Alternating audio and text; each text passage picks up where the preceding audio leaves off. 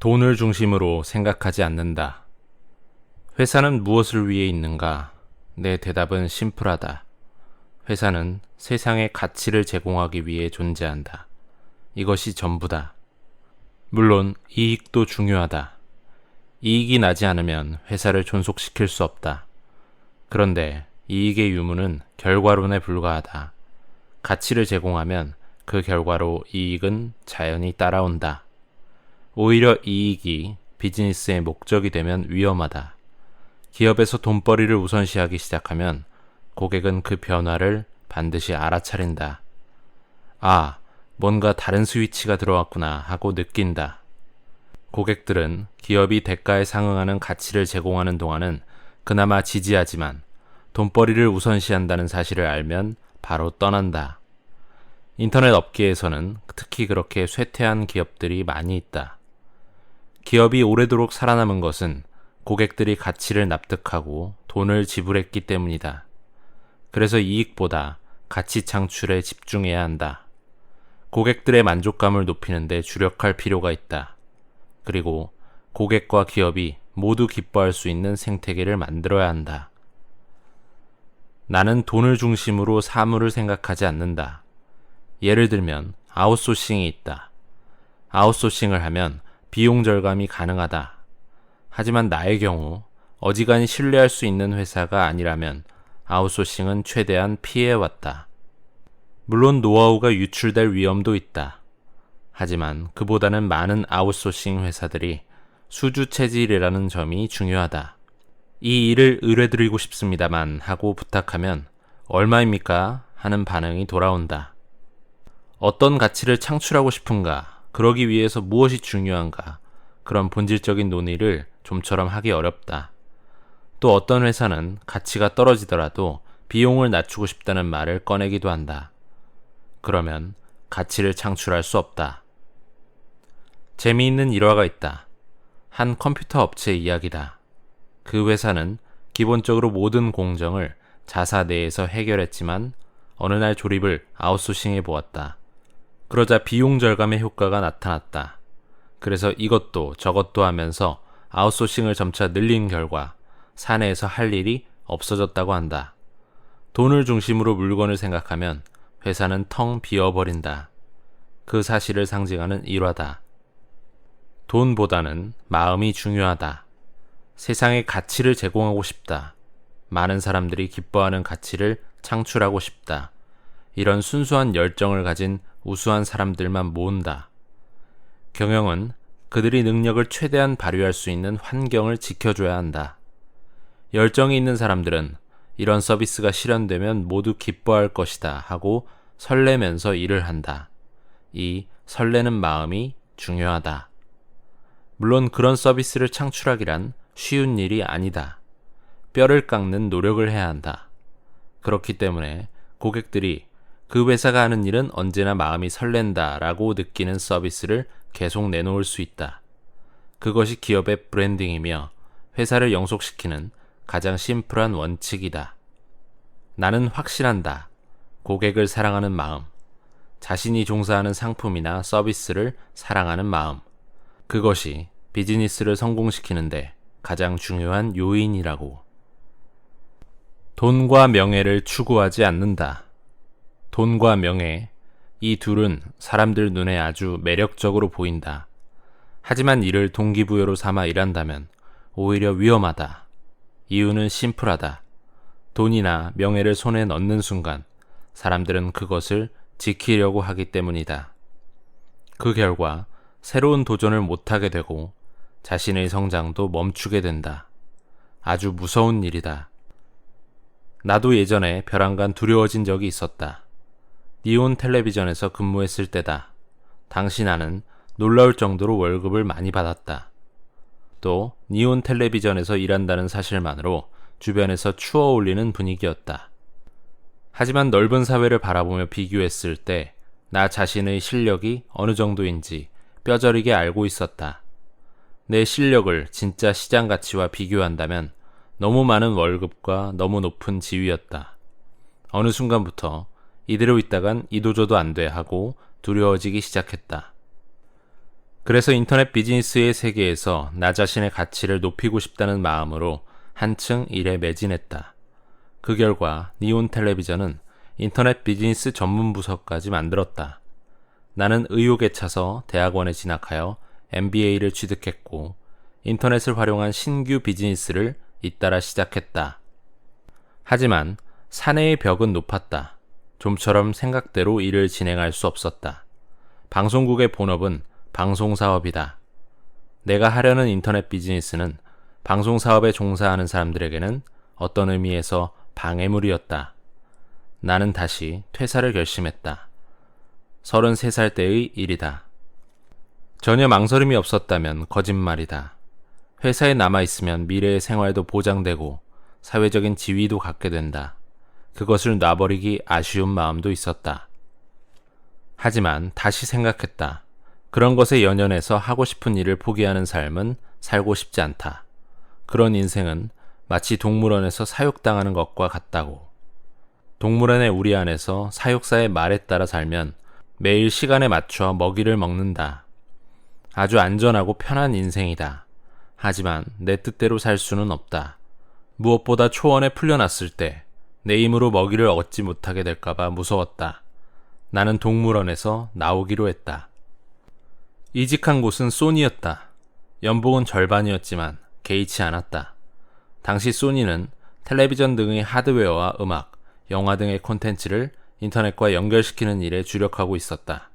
내가 정말 하고 싶은 일이었다. 그런데 또다시 사내의 벽이 가로막았다. 기존 부분에서 왜 텔레비전과 인터넷을 연결해야 합니까? 라며 반발이 거셌다. 그래서 사내에서 시작한 브로드밴드 서비스를 구축하는 사내 벤처에 참여했다. 이럭저럭 연매출 수백억 원이 넘는 비즈니스로 성장시켰지만 그 순간 본사에서 퇴직을 앞둔 사람들을 팀으로 보내왔다. 더 자유롭게 일하고 싶다. 그렇게 생각한 나는 이 작은 성공도 버리기로 결심했다. 그리고 다시 이직. 한게임 재팬 주식회사에 입사했다. 36세의 평사원, 연봉도 다시 반감, 지명도도 없는 벤처기업이었기 때문에 이를 계기로 내게서 멀어진 지인도 있었다. 하지만 마침내 나는 내 능력을 마음껏 발휘할 수 있는 곳을 손에 넣을 수 있었다. 나는 그런 길을 걸어왔다. 하고 싶은 일을 추구해서 계속 노력했고 나 자신의 가치를 높일 수 있다고 느낄 때에는 돈이나 명예도 버리고 이직했다. 그리고 0에서 결과를 내야 하는 상황으로 나 자신을 내몰았을 때 내 능력을 발휘할 수 있고 그것을 뛰어넘었을 때 엄청나게 성장할 수 있다는 사실을 실감했다. 사람은 나약한 생물이다. 돈이나 명예를 얻으면 거기에 만족해버린다. 더 이상 스스로 뻗어 성장하기 어렵다.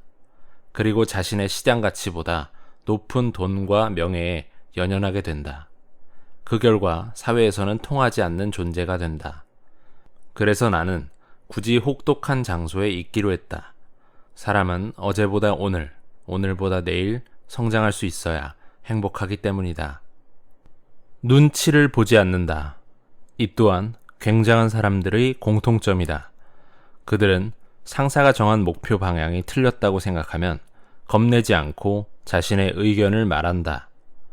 엔지니어가 디자이너의 일을 지적하기도 하고 디자이너가 엔지니어의 일을 지적하기도 한다. 때로는 주변의 반대를 무릅쓰더라도 자신이 맞다고 믿는 상품을 완성한다. 자신이 아니다라고 생각하면 분위기가 어떻든 개의치 않고 돌진하는 면이 있다. 축구를 예로 들면 야성적인 공격수와 같은 존재다. 골의 이미지가 명확하게 보이면 직접 드리블을 해서 슛을 하러 간다. 반대편에서 주장이 패스해! 라고 신호를 보내도 상관하지 않는다. 자신의 머리로 경기의 전체 상황을 파악해서 이것이 최선이다라고 확신한 후 골을 노리는 것이다. 그래서 굉장한 사람들 중에는 대기업에 잘 적응하지 못한 사람들이 많다. 대기업에서 상사의 지시를 무시하고 자신의 판단만으로 슛을 하면 어떻게 될까? 골을 못 넣었을 때는 물론이거니와 설령 골을 넣었더라도 비판을 받는다. 저 녀석은 제멋대로다. 저 녀석은 다루기 힘들다 등 주변 사람들도 그 분위기를 민감하게 알아채고 그들을 멀리하기 시작한다. 그래도 그들은 경기 방법을 바꾸지 않는다. 왜냐하면 두렵기 때문이다. 무엇을 두려워할까? 바로 고객들이다. 고객들이 원하는 것에서 불과 1mm라도 벗어나면 완성된 상품은 외면당한다. 그런 혹독한 시장을 그들은 뼈저리게 느끼고 있다. 그들은 고객들이 원하는 것은 무엇인가에 확신이 들 때까지 생각하고 결론을 내리면 절대 타협하지 않는다. 물론 작업 과정 중에는 여러 사람들의 의견에 귀를 기울이며 자신의 상품 이미지를 다듬어 발전시킨다. 하지만 그 과정에서 아니라고 생각하면서도 회사 분위기에 자신의 생각을 맞추는 모호한 행동은 하지 않는다. 회사에서 상사나 동료들에게 비판받는 것보다는 고객들의 니즈에서 벗어나는 것이 더 두렵기 때문이다. 이것이야말로 진정한 프로페셔널이다. 그런 사람이 특출한 상품을 만들어낼 수 있다. 좋은 상품을 만들려면 절대 조정해서는 안 된다. 가령 A씨의 아이디어와 B씨의 아이디어를 조합하자라고 생각해서 이것도 저것도 하며 기능을 덧붙여 고객들이 느끼기에 복잡하고 사용하기 어려운 상품을 탄생시킨다. 혹은 상사의 취향에 맞추자 하고 콘셉트가 모호한 상품을 만들어낸다. 그렇게 하면 절대 고객들의 마음을 사로잡을 수 없다. 왜 타협하게 될까? 회사의 눈치를 보며 분위기를 파악하는 것이 일의 목적이 되어 있기 때문이다. 완전히 본말 전도다. 회사는 사원들이 사이좋게 지내라고 존재하지 않는다. 어디까지나 고객들이 기뻐할 상품을 만드는 곳이다. 그러기 위해서는 회사 분위기를 망가뜨리는 것을 두려워해서는 안 된다. 알력을 무시해서는 안 된다. 항상 주변에 신경을 쓰는 모호한 사람은 그럭저럭 일은 할 것이다. 하지만 절대 그럭저럭을 넘어서지 못한다. 특출한 결과를 내려면 주변 눈치를 보며 분위기를 파악해서는 안 된다. 고객들이 원하는 것을 심플하게 추구하는 사람만이 특출한 상품을 만들어낼 수 있다. 아무것도 없기 때문에 단련할 수 있다. 예산이 적어서 좋은 결과를 낼 수 없다. 그런 변명을 하는 사람 중에 일을 잘하는 사람은 없다. 예산이 넉넉해도 그들은 좋은 결과를 내지 못한다. 나는 그렇게 확신한다. 물론 비즈니스를 하는데 사람, 물자, 돈 등의 자원은 빼놓을 수 없다. 경영자는 현장 사원들에게 필요한 자원을 준비해줄 책임이 있다.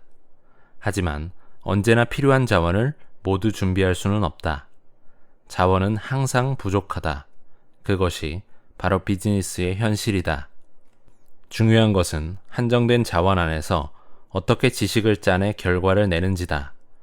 그 시행착오 과정을 겪으면서 진정한 업무 능력이 단련된다. 오히려 자원이 풍족한 환경보다 아무것도 없다고 할 정도의 환경이 자신을 성장시킬 수 있다. 한게임 재팬 주식회사에 입사한 뒤 나는 그 사실을 실감했다. 다행인지 불행인지 나는 처음에 대기업에서 경력을 쌓았다. 그 안에 있을 때는 자각하기 어렵지만 대기업은 자원이 아주 풍부하다. 그래서 일을 하기가 아주 수월하다. 예를 들면 마케팅을 들 수 있다. 니온 텔레비전에 있을 무렵에는 공식 발표만 해도 많은 매체에서 다루어 주었다. 당시에는 예산도 넉넉했기 때문에 광고를 잡기도 수월했다. 그런데 내가 입사했을 당시 한게임 재팬 주식회사는 달랐다. 마케팅을 강화하고 싶었지만 무명 회사였기 때문에 공식 발표를 해도 상대해 주는 곳이 거의 없었다. 물론 광고를 낼 예산도 없다. 대기업에 익숙해진 내 방법은 별로 도움이 되지 않았다. 아무튼 지혜를 짜내서 스스로 움직여 땀을 흘릴 수밖에 없었다.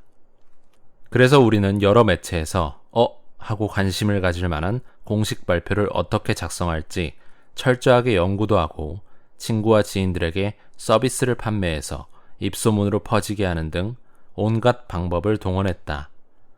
니온 텔레비전 시절과 비교하면 방대한 수고가 들었지만 이 시행착오를 겪으면서 나는 상당히 단련되었다.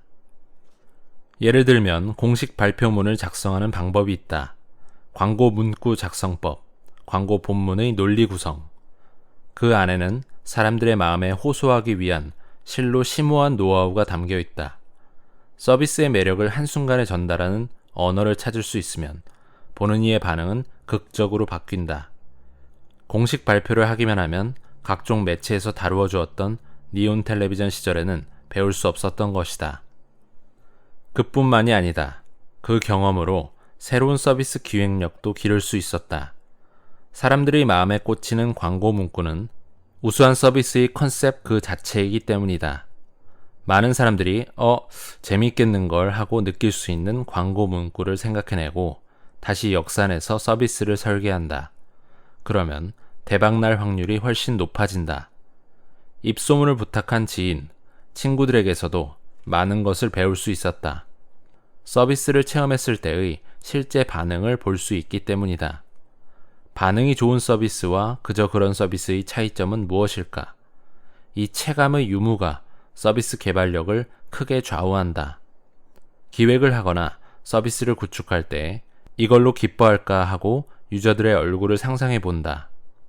이때 실제 표정을 떠올릴 수 있는 사람일수록 니즈가 높은 서비스를 창출할 수 있다. 그렇게 나는 효과적인 마케팅 방법을 백지 상태에서 모색함으로써 본질적인 노하우를 배울 수 있었고 서비스 기획력도 연마할 수 있었다. 자원이 부족했던 덕분에 익힐 수 있었던 것이다. 그래서 나는 이렇게 생각한다. 자원이 풍요로운 환경에 있다고 해서 반드시 좋지만은 않다.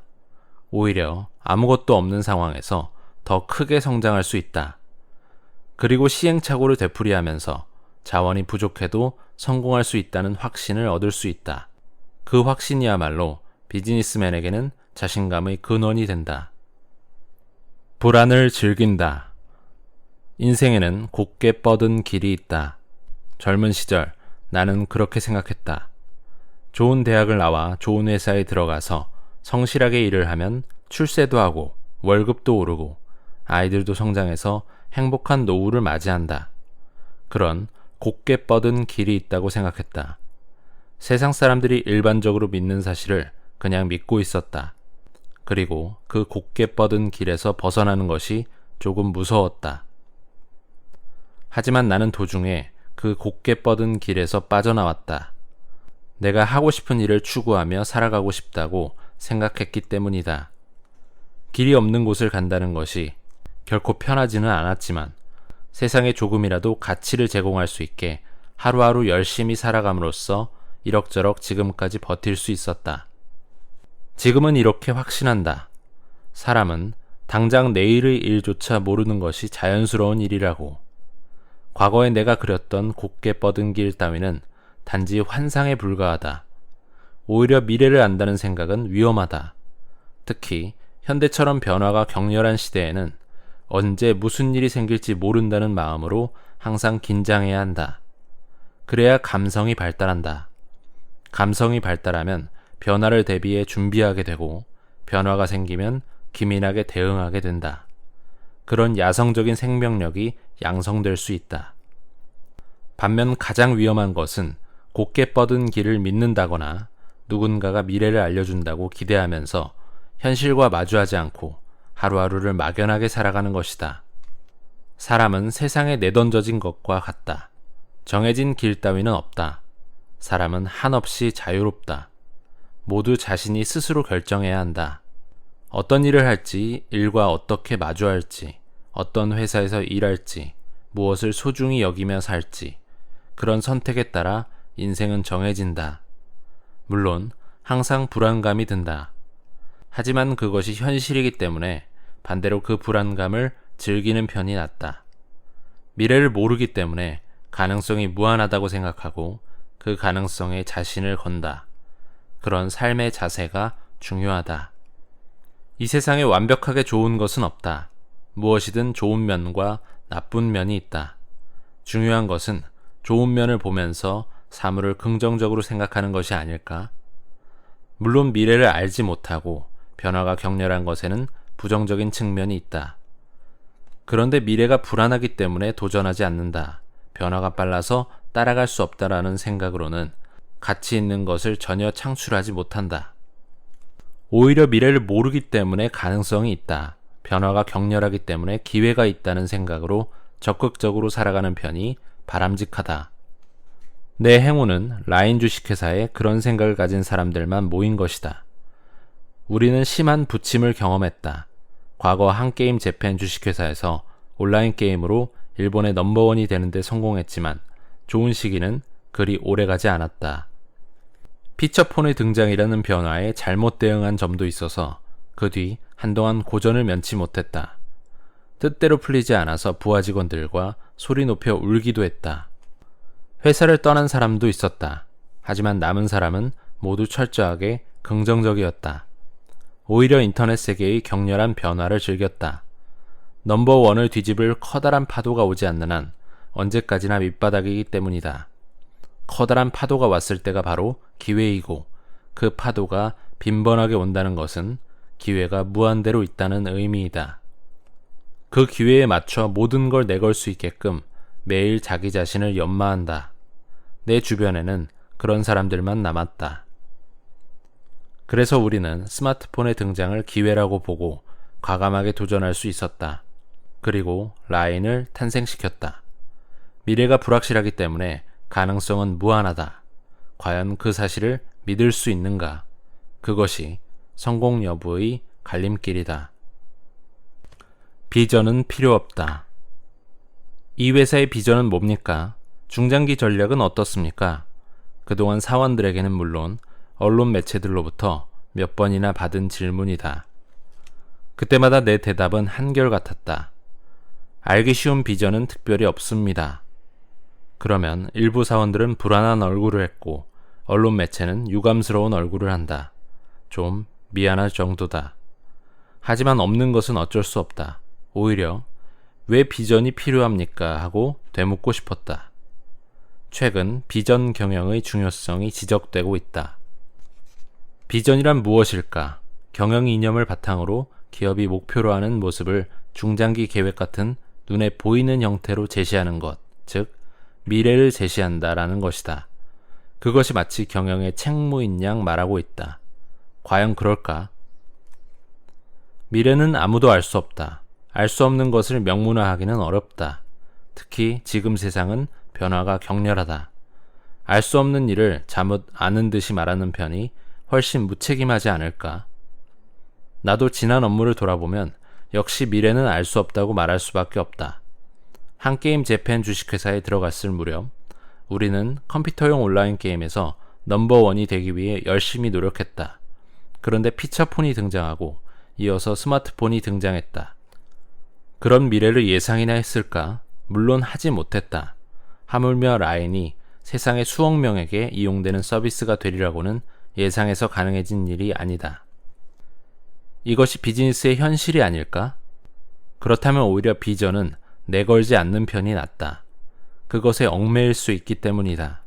예를 들어 피처폰에서 넘버원이 된다는 비전을 내걸면 스마트폰이 등장했을 때 한 박자, 두 박자 움직임이 둔해진다.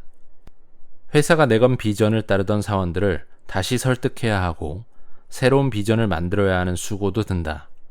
그런 일에 시간을 들이는 사이에 시대 변화에 뒤처지게 된다. 변화의 시대를 살아남으려면 한시라도 빨리 자신이 변화해야 한다. 방해가 되는 것을 굳이 만든다는 것은 아무 의미가 없다. 알턱이 없는 미래를 예측하는 작업은 회사에게 쓸데없는 일이다. 그보다 눈앞의 니즈에 부응하는 일에 집중한다. 그리고 항상 그 니즈에 변화의 조짐은 없는지 민감해지는 것이 중요하다. 사람들은 왜 비전을 추구할까? 누군가 미래에 대한 전망을 제시해 주기를 바라기 때문이다. 앞으로 어떻게 될지 모른다는 불안감을 누군가가 해결해 주었으면 한다. 회사에서 비전을 제시함으로써 안심하고 싶은 것이다. 하지만 그것은 정말 위험하다. 왜냐하면 위기감을 잃게 되기 때문이다. 사람은 불안하기 때문에 예민해진다. 그래서 고객들의 변화에 민감하게 반응할 수 있고 여차할 때 누구보다 빨리 대응할 수 있다. 그런 야성적인 감각을 연마하는 일이 서바이벌 능력으로 이어진다. 그리고 그런 사원들이 많은 회사가 이 변화의 시대에 살아남을 수 있다.